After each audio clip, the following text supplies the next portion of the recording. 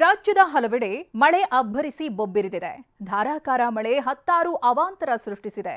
ಮನೆ, ಜಮೀನು ಜಲಾವೃತಗೊಂಡು ಜನ ತತ್ತರಿಸಿ ಹೋಗಿದ್ದಾರೆ.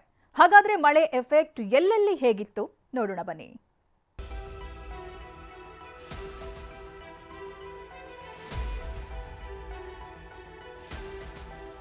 ಮನೆ ಸುತ್ತಲೂ ನೀರು, ರಸ್ತೆ ಜಮೀನುಗಳು ಜಲಾವೃತ. ಮನೆ ಹೊರಗೆ ಕಾಲಿಡೋಕಾಗ್ತಿಲ್ಲ, ಒಳಗಿರಲು ಆಗ್ತಿಲ್ಲ. ಉತ್ತರ ಕರ್ನಾಟಕ ಭಾಗದಲ್ಲಿ ವರುಣಾರ್ಭಟಕ್ಕೆ ಜನ ತತ್ತರಿಸಿ ಹೋಗಿದ್ದಾರೆ.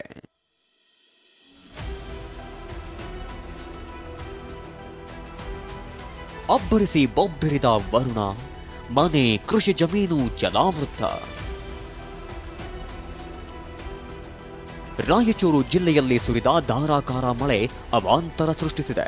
ಜಿಲ್ಲೆ ಸೂಗೂರಿನಲ್ಲಿ ಹತ್ತಾರು ಮನೆಗಳಿಗೆ ನೀರು ನುಗ್ಗಿದೆ. ಸೂಕ್ತ ಚರಂಡಿ ವ್ಯವಸ್ಥೆಯಿಲ್ಲದೆ ಮನೆಗಳಿಗೆ ನೀರು ನುಗ್ಗಿದೆ ಅಂತ ಸ್ಥಳೀಯರು ಅಧಿಕಾರಿಗಳ ವಿರುದ್ಧ ಆಕ್ರೋಶ ವ್ಯಕ್ತಪಡಿಸಿದ್ದಾರೆ. ತಡರಾತ್ರಿ ಸುರಿದ ಮಳೆಯಿಂದ ಯಡಪನೂರು ಗ್ರಾಮದ ಹಳ್ಳದ ಬಳಿ ರಸ್ತೆ ಮುಳುಗಡೆಯಾಗಿದೆ. ರಸ್ತೆ ಜಲಾವೃತವಾಗಿರೋ ಹಿನ್ನೆಲೆ ವಾಹನ ಸವಾರರು ಪರದಾಡುವಂತಾಗಿತ್ತು. ಅಕ್ಕಪಕ್ಕದ ಹೊಲಗದ್ದೆಗಳು ಜಲಾವೃತವಾಗಿದ್ದವು. ಮಂತ್ರಾಲಯದಲ್ಲಿ ಭಾರೀ ಮಳೆಯಾಗಿತ್ತು. ರಾಯರ ಆರಾಧನೆಗೆ ಬಂದಿದ್ದ ಭಕ್ತರಿಗೆ ಸಂಕಷ್ಟ ಎದುರಾಯಿತು. ಇದ್ದಕ್ಕಿದ್ದಂತೆ ಮಳೆ ಬಂದಿದ್ರಿಂದ ಮಠದ ಕಾರಿಡಾರ್ನಲ್ಲಿ ಮಲಗಿದ್ದ ಭಕ್ತರು ಪರದಾಡಿದ್ರು. ಬಳಿಕ ಸುಬುಧೇಂದ್ರ ತೀರ್ಥರು ಆಗಮಿಸಿ ಪ್ರವಚನ ಮಂಟಪದಲ್ಲಿ ಮಲಗಲು ಭಕ್ತರಿಗೆ ವ್ಯವಸ್ಥೆ ಕಲ್ಪಿಸಿದ್ರು.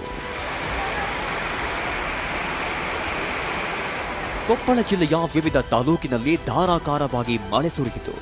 ಗಂಗಾವತಿ, ಕಾರಟಗಿ, ಚಿಕ್ಕಜಂತಕಲ್, ಹೊಸಕೇರ ಗ್ರಾಮಗಳಲ್ಲಿ ಕೃಷಿ ಜಮೀನು ಜಲಾವೃತವಾಗಿವೆ.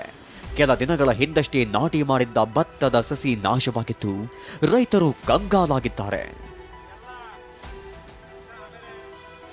ಬಳ್ಳಾರಿ ಜಿಲ್ಲೆಯಾದ್ಯಂತ ಭಾರೀ ಮಳೆಯಾಗಿದ್ದು ವೇದಾವತಿ ನದಿ ಮತ್ತು ನಾರಿಹಳ್ಳ ಮೈತುಂಬಿ ಹರಿಯುತ್ತಿವೆ. ಇದರಿಂದ ಹಲವು ಮನೆಗಳು ಮತ್ತು ಜಮೀನು ಜಲಾವೃತವಾಗಿವೆ.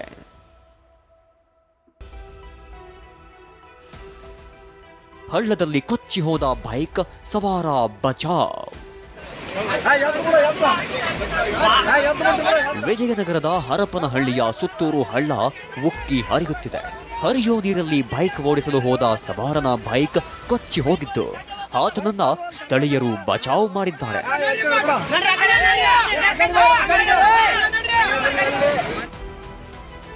ತುಂಗಭದ್ರಾ ಡ್ಯಾಮ್ ಲೀಕೇಜ್ ಸಂಪೂರ್ಣ ಬಂದ್. ಕೊಪ್ಪಳ ಜಿಲ್ಲೆ ತುಂಗಭದ್ರಾ ಡ್ಯಾಂನ 19ನೇ ಕ್ರಸ್ಟ್ ಗೇಟ್ ಕೊಚ್ಚಿ ಹೋಗಿತ್ತು. ರಿಪೇರಿ ಬಳಿಕವೂ ನೀರು ಲೀಕೇಜ್ ಆಗ್ತಿತ್ತು. ಸದ್ಯ ಸಿಬ್ಬಂದಿ ಶ್ರಮ ವಹಿಸಿ ಒಂದು ಹನಿ ನೀರು ಹೊರ ಹೋಗದಂತೆ ಬಂದ್ ಮಾಡಿದ್ದಾರೆ.